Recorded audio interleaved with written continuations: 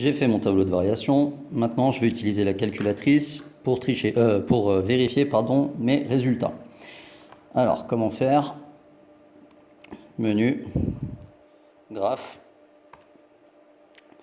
Donc, je supprime s'il y a déjà des choses décrites en faisant F2, F1.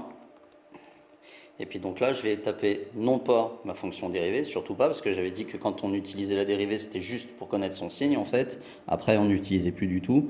On va taper directement la fonction. Donc, moins 2x carré, x c'est la touche là, plus 8x, plus 5. Entrée, entrée. Je vois rien du tout, ce qui est parfaitement normal, parce que le zoom, il n'est pas bon.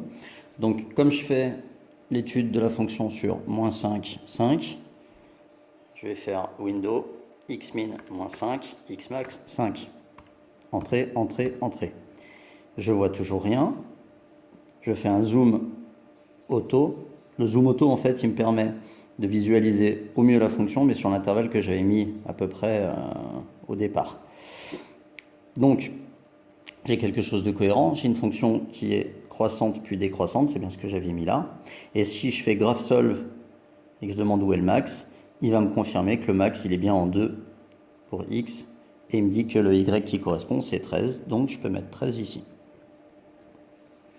Si je veux les valeurs en moins 5 et 5, je peux m'amuser à faire un xcal après le graph solve, là. Mais sinon, le mieux, c'est de faire exit, menu, je vais dans table, et puis donc je rentre mes valeurs, donc moins 5, et puis 5. Et je vois que moins 5, j'ai bien moins 85, et puis en 5, j'ai moins 5. C'est cohérent, 13 c'est plus grand que moins 5, moins 85 c'est plus petit que 13, donc tout va bien.